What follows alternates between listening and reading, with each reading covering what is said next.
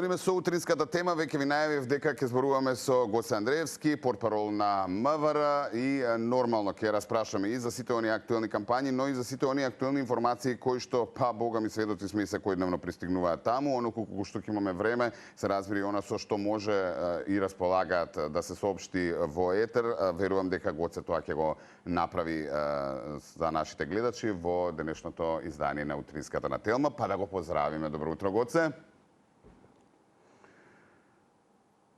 Поздрав и до гледачите на утринска на Телма. Драго ми е што сум повторно на некој начин дел од високо почитуваната утринска програма на оваа телевизија и што ете можеби од оваа страна на камерата, но уште повеќе ми е драго што со позасилено темпо го продолживте урбаниот концепт на емисијата, кој навистина и зрачеше и се уште со голема доза зрачина и свежина и позитивни вибрации во македонскиот етер и по тоа бевте и се уште сте препознатливи. Фала ти, Гоцка, после 3 години во утринска на Телма, конечно те гледаме, нели? А иначе, само да подсетиме за гледачите, беше дел од водителскиот тим нормално во утринската. Пред да се придружам ја, некако се сменивме, така ли?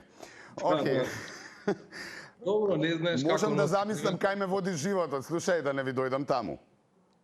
Па, зошто да не? Можеме. Се шегувам. Ќе се рамтуваме тука. Се шегувам. Ајде малку да ги фатиме овие сериозни информации. Утринава не разбуди веста за пукање во Чаир синоќа. Со што располагате и што се може да се соопшти јавно, нели, утринава?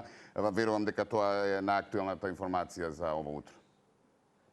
Па добро, да, почнавме некако позитивно, ама ќе продолжиме сепак тоа и работата на Министерството за внатрешни работи со малку по-сериозни теми. Она што можам да го споменам во како дел од она што се случуваше вчера вечер е дека во 21 часот и некаде 50 на минути во СВР Скопје е пријавено дека во градската општа болница Свети Наум Охридски бил донесен 31 годишниот ДБ од Скопје, кој се здобил со повреда од огнено оружје на територија на општина Чаир во Скопје.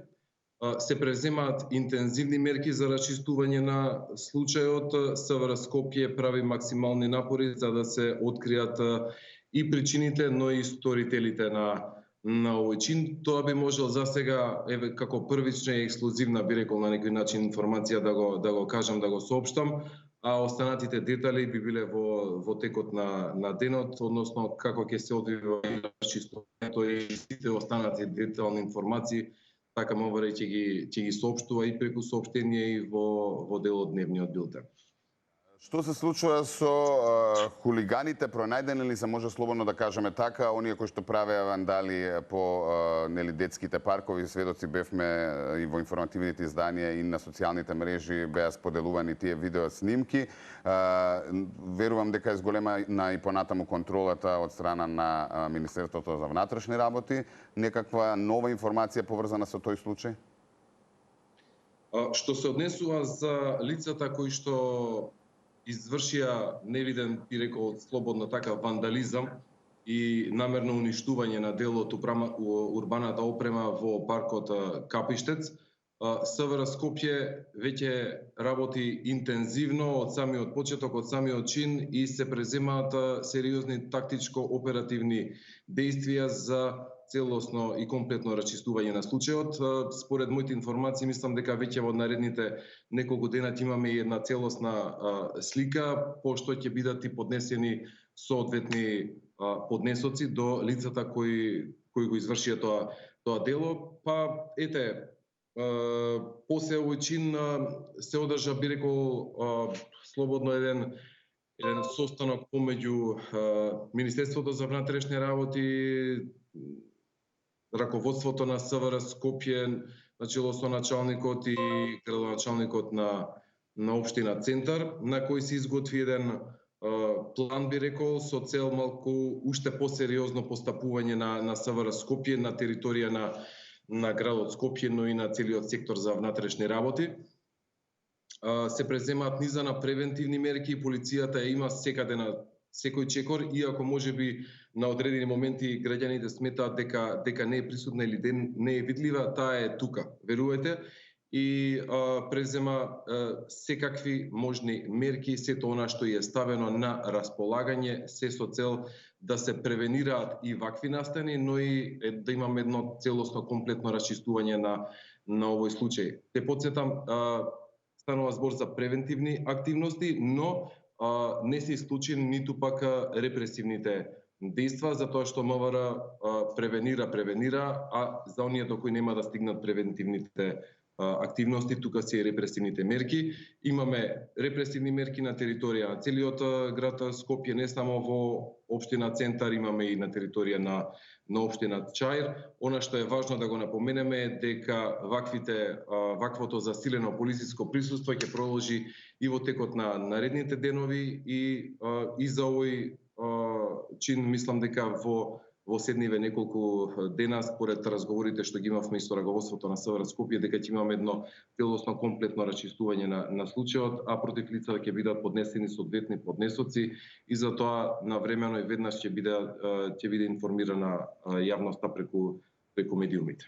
Дека е потребна полицијата на терен со засилено присуство, во тоа ќе се сложиме сите, живееме во такво време малку лудо, но во секој случај она што остави црна дамка беа и оние полицајци кои што нели преку камерите на Safe City беа фатени како земаат подкуп, и тоа не во вид на пари, него во вид на освежителни напитоци. И тоа е во контекст на она што го кажав дека полицијата е насекаде на терен, се следи постојано и не само дали некој ќе направи одреден вандалски чин или било што, туку се следат и сопствените редови, бидејќи неретко се случува за сите подеднакво. Така е.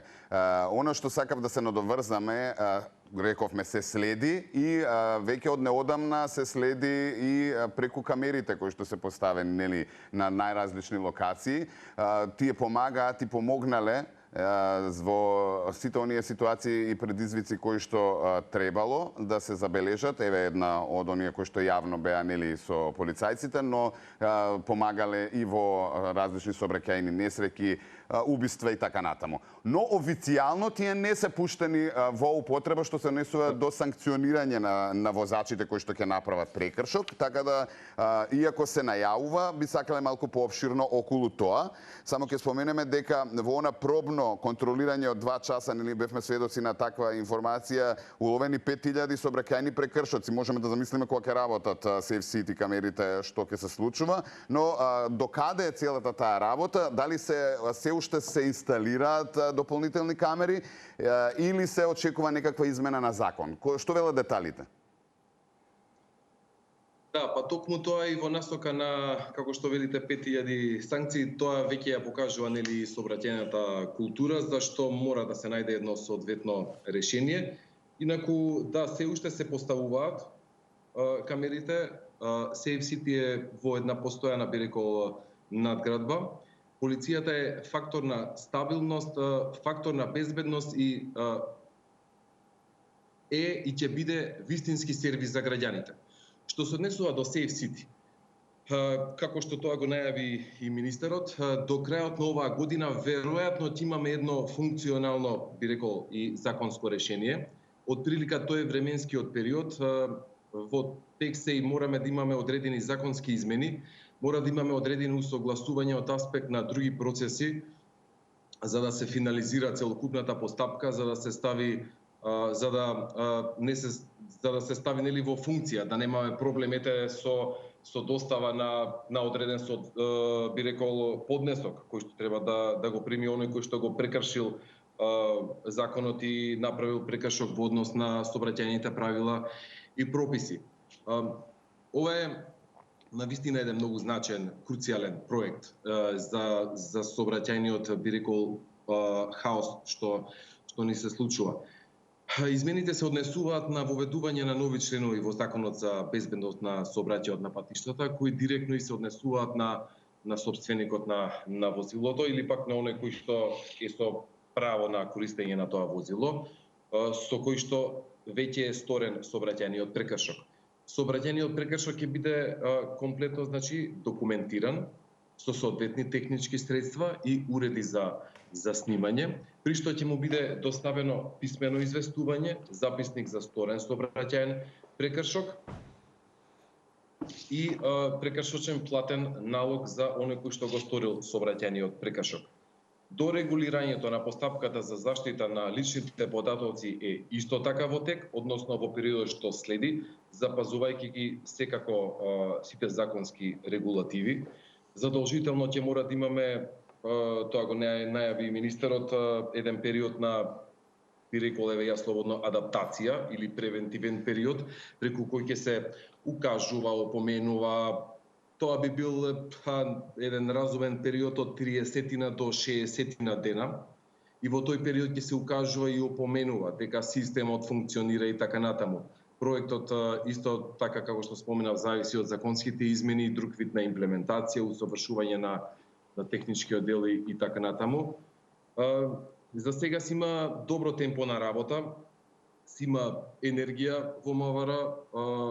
Целта на МВР е најбрзо што може да се стави во функција овој проект.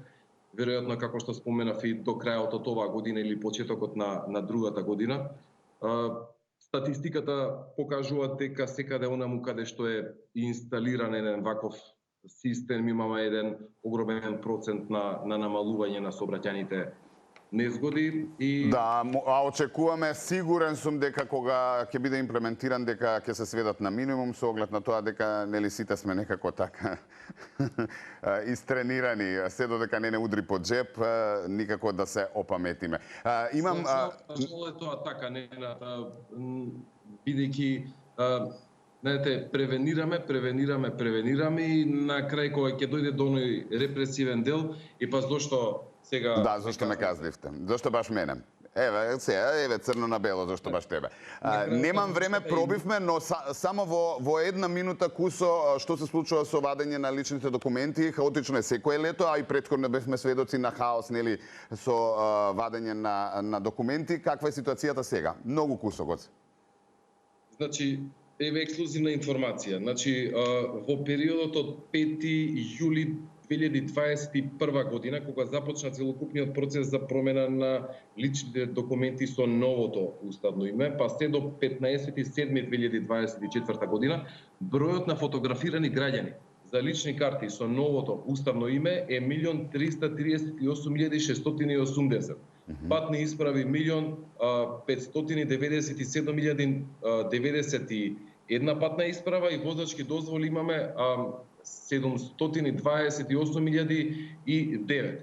Ова покажува дека се движиме во добро темпо. Имаме намалување во овој летен период од годината на барањата кои што ги имаме за вадење на лични документи. Очекуваме бројката да се намалува и натаму. За Скопје, еве претходно во февруари имавме на 45.566, за во мај веќе да се сведеме на 25.000, што е едно драстично намалување, иако реално во овој летен период некако се зголемувале бројките по барувањата. Сега поради она и кампања, меѓутоа и бидејќи бевме обврзани нели да ги смениме личните документи, сега имаме малку една обратно пропорционална ситуација. Да, така е. На крајот окриштата во секое црнило има и нешто бело, значи имаме добро намалување.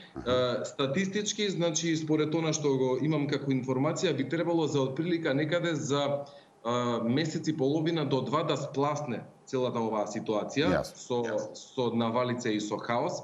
Во септември веќе граѓаните кои што ќе отидат да се сликаат за патна исправа ќе можат за оној законски дел од 15 работни дена да си ја подигнат патната исправа без чекање и така натаму. За брза постапка веќе не ни разговараме, тоа мислам дека е апсолутирана тема, бидејќи сега и во најголемата гужва, да кажуваш за 2 до 3 дена ќе можеш да се извади, така е. Благодарам, Гоце. Ќе се видиме следна прилика многу побрзо отколку што чекавме, нели? 3 години рековме од кога не си утриска. Особено во превентивниот дел и што да кажам, драго ми е што се видовме. Голем поздрав до тебе, Ненад. Ти благодарам за поканата. Мислам дека бевме и така и едукативни, би рекол. Така е, и во висина на задачата, како викате вие. Благодарам, Гоце. Те чекаме во студио, па да се подружиме малци, се разбирам, во телевизија. Голем поздрав и до Министерството за... Поздрав, чао, чао. Не можеме да завршиме со Гоце. Крај овде.